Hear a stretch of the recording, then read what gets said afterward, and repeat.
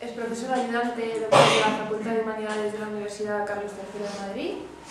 Ha escrito un libro sobre las relaciones entre la filosofía y la tragedia de Sófocles, El saber del error.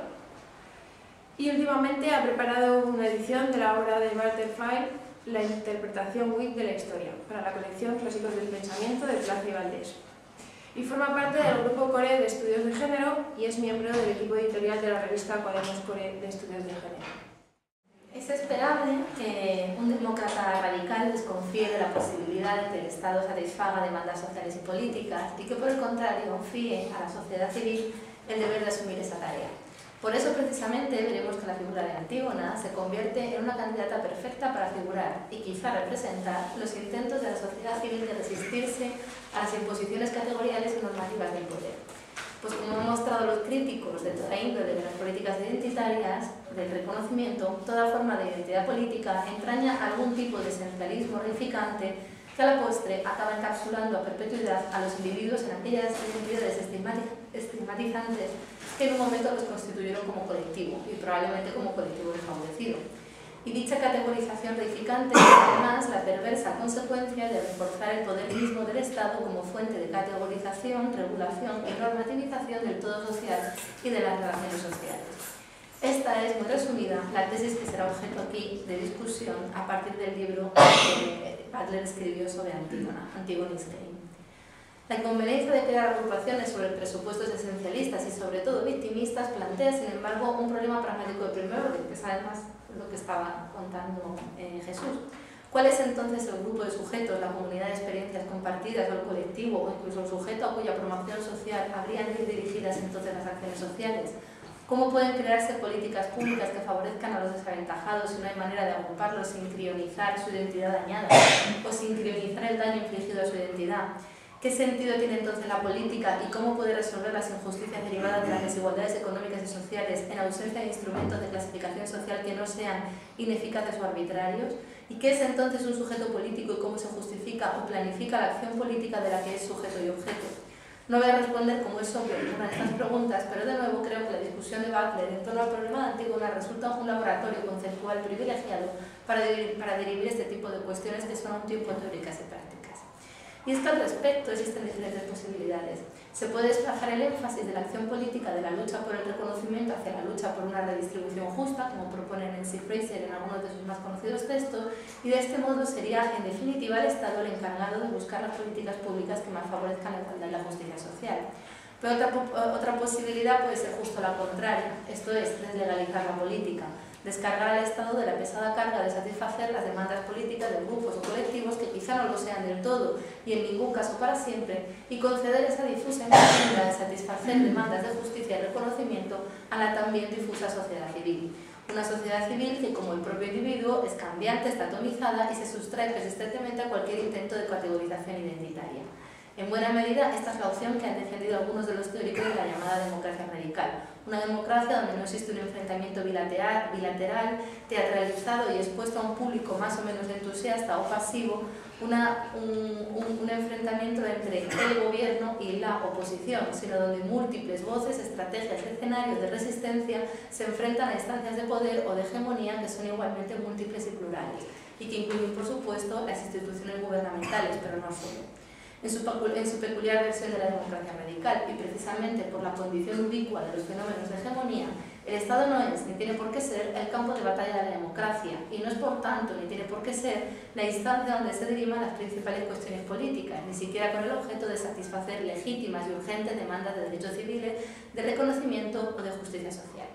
En Antigone's Claim, Butler ofrece a un tiempo una determinada conceptualización del Estado y una batería de argumentos que ahondan en esa deslegitimación del Estado como instancia en la que se escenifica el juego democrático. Es un libro que sirve pues a los propósitos de la democracia radical de desestatalizar o deslegalizar la lucha política y quizá tirando hacia el niño con el agua sucia de despolitizar la esfera pública. Este es un riesgo que la propia Butler advierte como un riesgo muy agudo, que se acabe despolitizando. Me gustaría poner en relación el modo en que aparece interpretada la tragedia de Sófocles y, sobre todo, las interpretaciones posteriores de la tragedia con otros textos donde Butler se refiere a su adhesión a la democracia radical para pensar en el valor que el enfrentamiento entre el Estado, Creonte, y la familia, Antígona, puede todavía ostentar en el marco de la teoría política. Veamos cuál es entonces la reivindicación de Antígona, ¿no? Antigone's claim. Veamos en primer lugar cuál es la lectura que hace Butler de las múltiples lecturas que a su vez le han precedido de la célebre tragedia de Sófocles. Butler cuestiona la lectura post-hegeliana de Lacan y de Irigaray, según la cual Antígona ofrece una resistencia prepolítica al despotismo estatal de Creonte.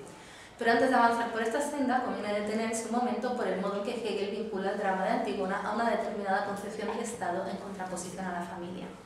En Antígona encuentra Hegel plasmada la dicotomía de un mundo ético dividido entre un más acá masculino y estatal, donde impera la ley cívica, lo universal, la libertad individual, el derecho abstracto que se parapeta tras el bastón de mando de Creonte, y un más allá femenino, que es también el gobierno de los dioses y de las potencias infernales, orientado hacia lo singular, hacia la familia y el deseo.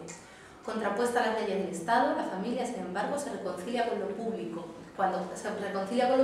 cuando desempeña su más importante tarea, a saber, la gestión de las exequias.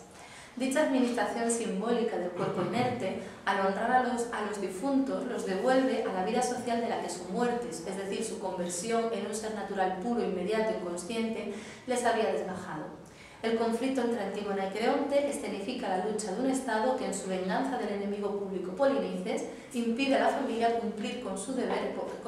postrero para con su muerto e impide justamente, de acuerdo con una justicia, por tanto, la reintegración del polemos, del enemigo, a la comunidad contra la que se había levantado. Creonte, sin embargo, al vetar el sepelio de Polinices, está también denegando a Antígona la única posibilidad que tiene como mujer de ser reconocida. Y es que para Hegel, mientras los varones se miden con otras conciencias en el espacio público y hayan así múltiple ocasión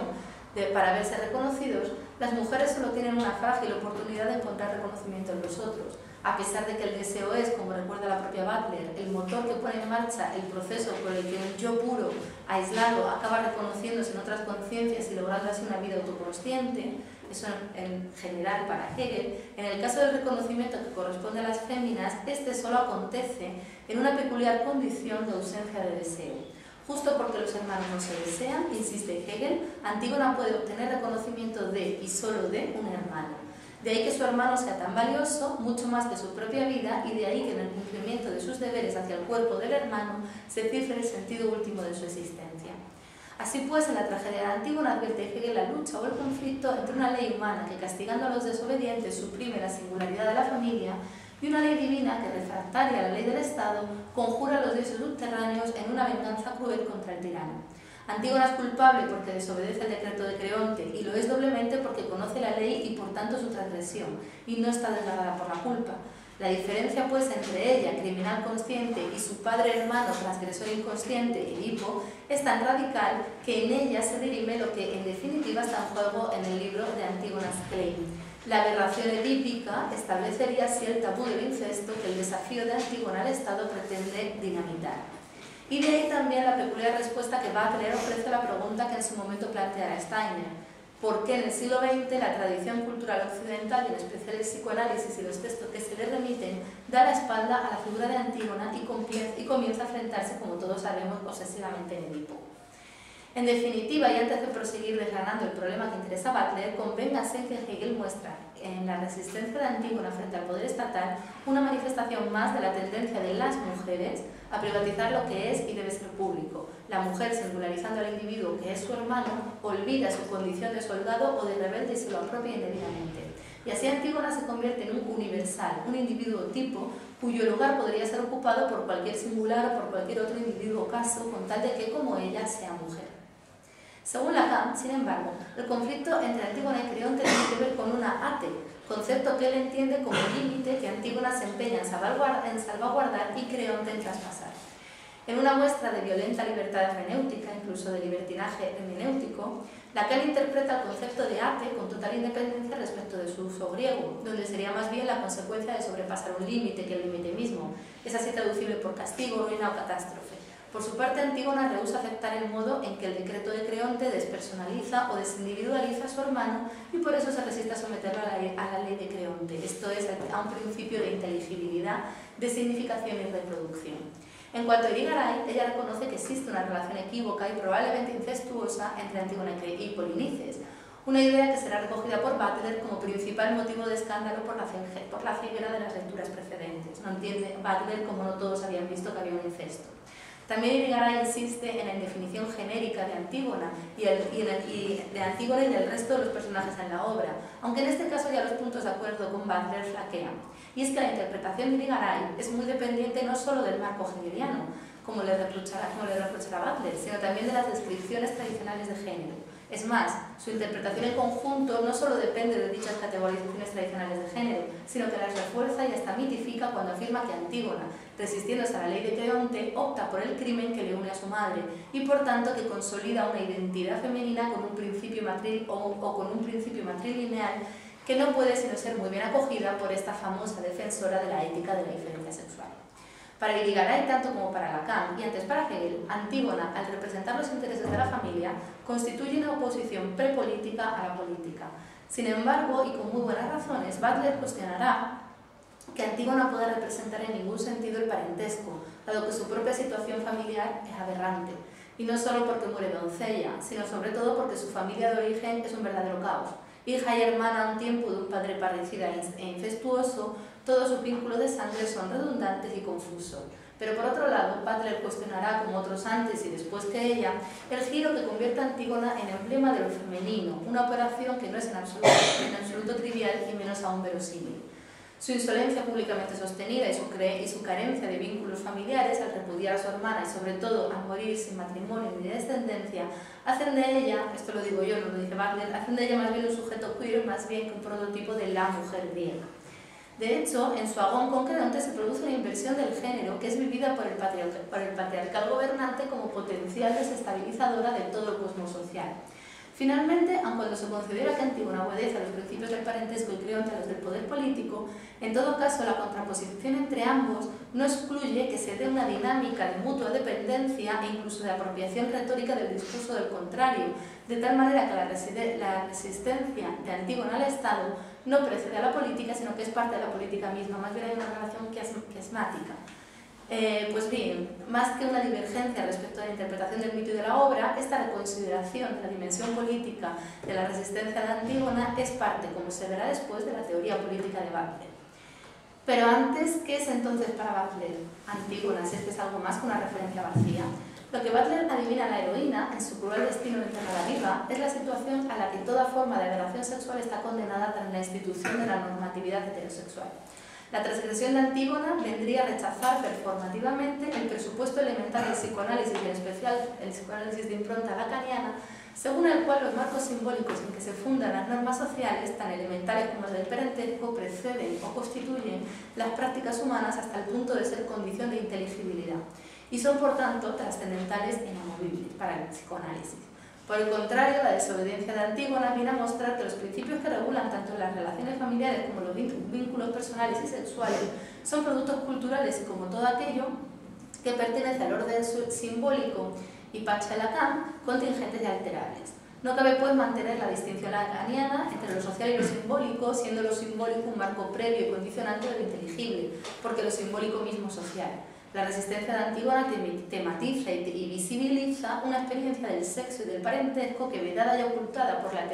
heteronormatividad hegemónica, permanece durante siglos encriptada, suprimida o estigmatizada, como la propia heroína en la tragedia. Tematiza y visibiliza entonces el gesto de un poder que determina arbitrariamente de qué modo pueden y de qué modo no pueden relacionarse entre sí los individuos, y muestra al paso la condición mueble de dichas normas y fronteras respecto de lo que es y debe ser el sexo, el género o el parentesco.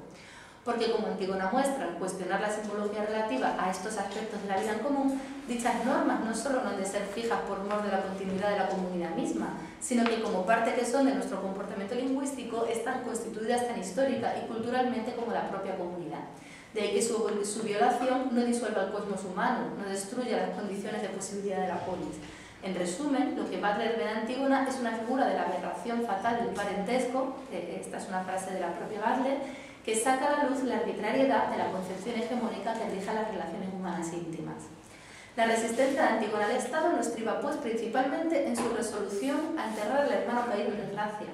Lo que convierte a Antígona en la heroína que rompe con el escándalo de la aberración sexual al desinstitucionalizar la familia es el consiguiente rechazo de su prometido. Ella podría llevar una vida convencional junto al Mon, con solo deponer su actitud ante Creonte, y sin embargo lo rechaza. Entre honrar al hermano o vivir con el esposo, Antígona acepta la muerte y la soltería junto a la fidelidad fraternal. Su suicidio, pues, es un rechazo a una posible restitución de la norma heterosexual, desinstitucionalizando dicha norma. En su discurso mezcla lo político con lo familiar de tal manera que hace de los principios del parentesco un asunto que es también político y de ese modo convierte en un asunto político la determinación misma de qué es lo político. A esto se refiere Butler cuando alude a la de Antígona como una política de lo escandalosamente impuro, una impureza que afecta tanto a un parentesco y Estado como a la soberanía política y que por tanto cuestiona a la vez parentesco y Estado. Aunque su exégesis del drama y de la exégesis de su exégesis está preñada de interesantes consecuencias filosóficas y políticas, es posible no obstante plantear algunas objeciones de cierto calado. En primer lugar, es tramposo convertir lo que no deja de ser una consecuencia lamentable para la heroína en el motivo principal de su acción. De hecho, que la mente es un fuerte es indicio de que un cierto apego, o sea, bastante profundo, de hecho, a la norma sí que tiene Antígona. Por otra parte, su interpretación de la resistencia como rechazo del tabú del incesto y de la norma heterosexual es igualmente excesiva. Que sacrifique su himeneo no implica sin más que se consagre a otras formas de sexualidad, y más bien la consecuencia de su rebeldía es una vida asexual y breve. Todo ello, por otra parte, descansa en la afirmación más que dudosa de que existe una atracción erótica entre los dos hermanos. Sin embargo, creo que todos estos problemas hermenéuticos pueden ganar interés si se amplía su alcance a asuntos de más calado en el propio corpus butleriano. Y es que en efecto, a veces se entiende, ya voy con la última parte del texto, en efecto, a veces se tiene la sensación de que Garay, Lacan y Butler han hecho una tragedia distinta de la que con tanto mimo tradujo en su día Antonio Tobar a nuestra lengua. Lo interesante, sin embargo, no es si la suya es una interpretación aceptable o verosímil de la tragedia Sofoclea, y ello suponiendo que quepa encontrar alguna que lo sea y que sepamos que lo es. Lo importante para mí es el interés que tiene Butler en leer la resistencia de Antígona en términos de resignificación de las normas sexuales, de género y parentales, y además en términos políticos. Por tanto, antes de abordar el asunto de la importancia política de la resistencia de Antígona, me gustaría no obstante cuestionar la operación por la que convierte a Antígona en una heroína de la resignificación parental del género. Y es que el problema de convertir a Antígona en representante de la relación sexual estriba en que Butler categoriza y por tanto esencializa a su pesar. El rechazo de Antígona a ser redimida por esta vida familiar convencional, cuyo sacrificio llora en su canto final, insisto, plantea el problema político de cómo hemos de vivir, cómo ha de organizarse una comunidad y de tal manera que sujetos con la, llamémosla así, disposición amorosa aberrante de Antígona puedan vivir. El problema práctico de cómo hacer para que la peculiaridad de Antígona, de su disposición amorosa aberrante, deje de ser una aberración mortal y se convierta en una forma de vida posible más. Se trata, en definitiva, de explorar cómo habría de transformarse el orden simbólico y redefinirse la aberración sexual de tal manera que se creen las condiciones de habitabilidad cívica para un sujeto como ella. Pero que el favoritismo de Antígona por su hermano se interprete así, de una manera tanto genérica y abstracta como un rechazo de la heteronormatividad, es por su parte una generalización un tanto hiperbólica. Si la peculiar forma de vivir la sexualidad, el género o el parentesco de Antígona resulta, precisamente por su condición peculiar, aberrante, no estaremos limando su idiosincrásica peculiaridad al hacer de ella algo así como una representante de toda forma de aberración sexual, de género, de parentesco.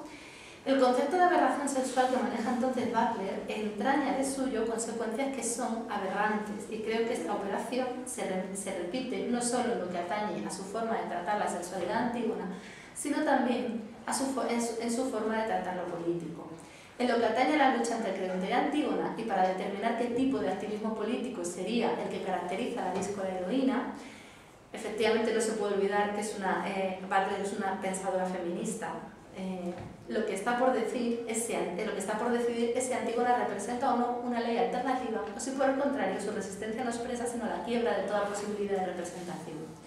Una pregunta en cierto modo práctica, porque de su respuesta afirmativa o negativa se sigue la posibilidad o imposibilidad para el activismo de género de inspirarse en este eterno femenino para llevar a cabo una crítica o incluso una resistencia al Estado.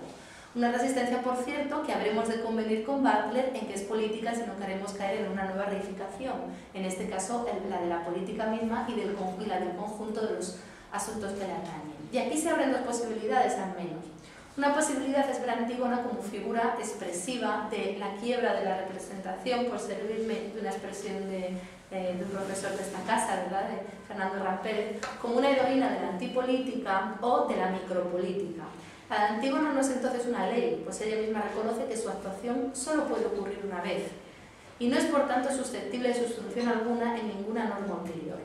No propone entonces una legalidad alternativa, ni tampoco estrictamente una actuación al margen de la legalidad, sino que exige que la legalidad misma contemple o se pliegue a la singularidad. Nos aproxima más bien a lo que Derrida concibe como el respeto infinito por la singularidad o el momento de indecibilidad o incalculabilidad, a la imposibilidad de una subsunción nómica que en definitiva afecta a toda la decisión sobre lo justo o lo injusto.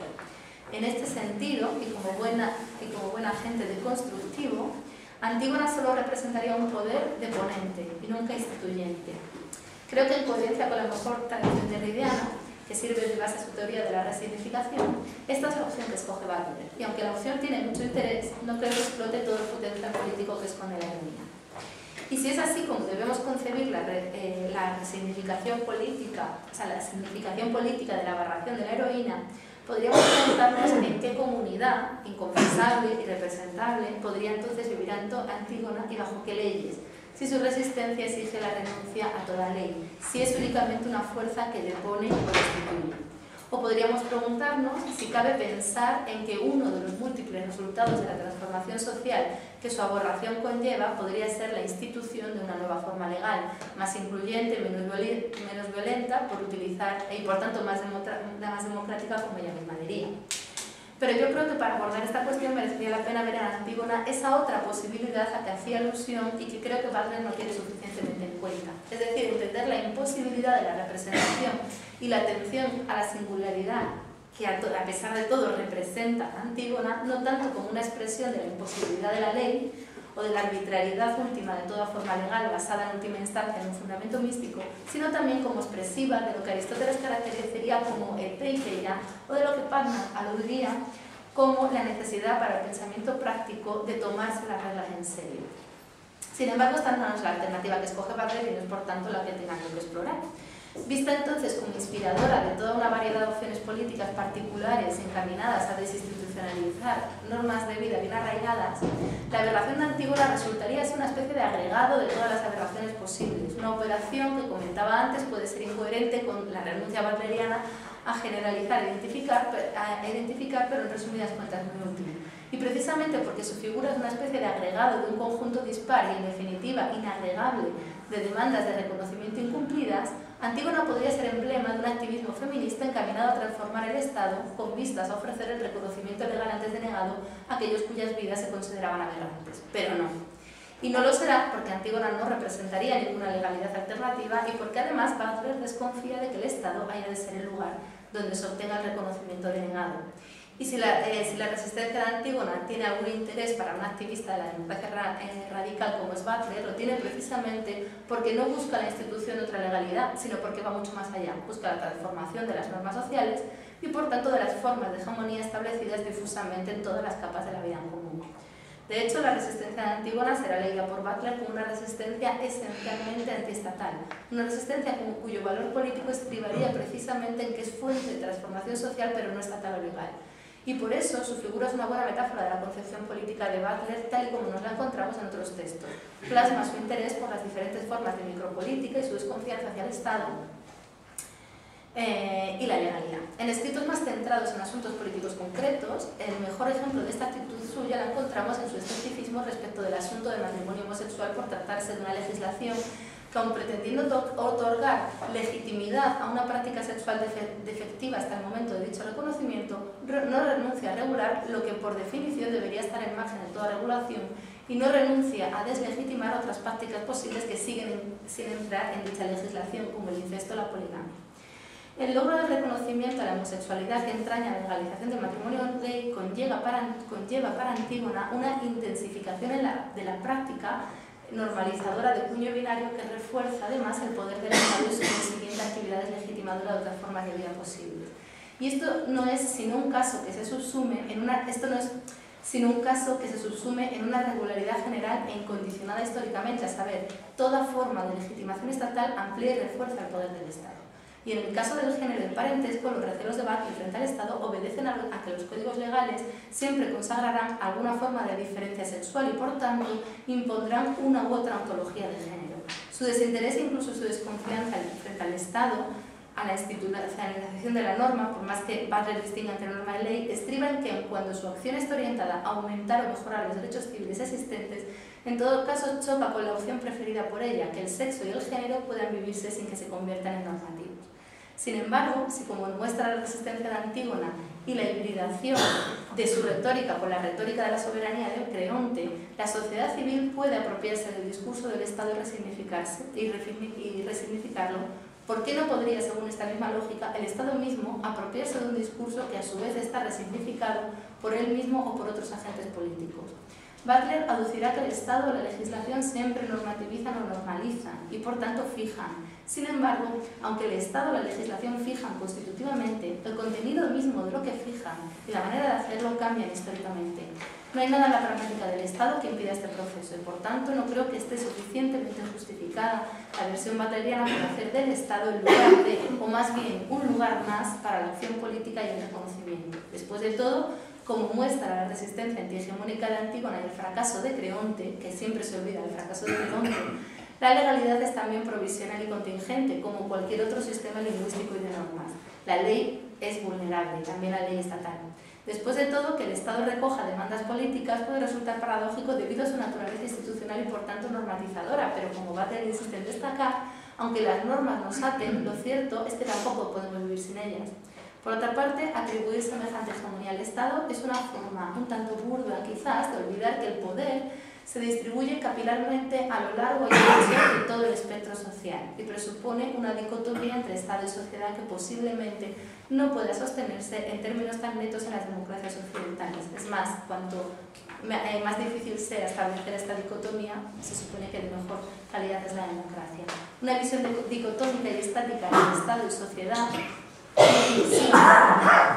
entre Estado y sociedad, que al igual que lo ocurre con el concepto de aberración sexual, acaba produciendo el giro ontologizante que su obra pretende socavar.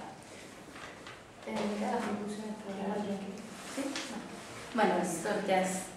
repetir lo que he dicho. Entonces, la aberración que encarna Antígona y que le permite encarnar así cualquier aberración o la idea de aberración misma es entonces un desafío a la familia y el Estado y al modo en que familia y Estado se sostienen entre sí. Por su ruptura con la norma heterosexual, Antígona está condenada a la muerte social, como diría Patterson, o despojada de su humanidad, como diría Arendt, por no encontrar reconocimiento alguno en lo público político. Su desobediencia puede ser entonces concebida como un acto de resignificación cargado de sentido político y por tanto efectivo en una transformación social con efectos democratizadores. Sin embargo, Butler no espera que Antígona haya de servirnos como instigadora de una revuelta contra el Estado orientada a obtener de éste el reconocimiento denegado a la propia peculiaridad. Porque el Estado no es el lugar adecuado para contar reconocimiento, para promover la transformación social o para establecer la lucha política y, por supuesto, democrática. Pues bien, sin en absoluto menospreciar la importancia que una política de la resignificación tiene para la mejora de la calidad de nuestras democracias o de nuestros híbridos políticos de democracia y su contrario que miran a la democracia al menos como ideal regulativo, quizás se le podría reprochar a Butler que su concepción de una política estatal simplifica a la vez que reifica lo político mismo y así, del mismo modo que Butler reifica la noción de relación sexual, cosifica el Estado y sobre todo cosifica la separación entre Estado y sociedad civil. El Estado y las instituciones, que no han de identificarse como a veces se hace con la mera legalidad vigente, pueden todavía ser los lugares de la política, sin que por ello quede socavado el valor de una sociedad civil en permanente proceso de transformación que la enmarque. Precisamente porque esa sociedad civil, como la desobediente civil que esa Antígona muestra, es lo que puede cambiar al Estado y el modo en que performativamente el Estado instituye las normas que regulan la convivencia. De ahí que en contextos democráticos no quepa mantener una separación radical, criollizada o petrificada entre el Estado y la sociedad civil y que por tanto no quepa cifrar únicamente el trabajo resignificador de aquella en una actividad deslegitimadora del Estado, legitimadora de prácticas sociales diversas, sino también en una actividad relegitimadora del Estado mismo. como Antígona consigue cambiar a Creonte, y no solo deponerlo, la sociedad civil puede aspirar a hacerse con las instituciones y cambiarlas, y precisamente porque pueden cambiarse, también la norma legal o estatales puede sustraerse a la lógica de una reificación consagrada o definitiva que la contrapuesta práctica de la resignificación pretende derivar.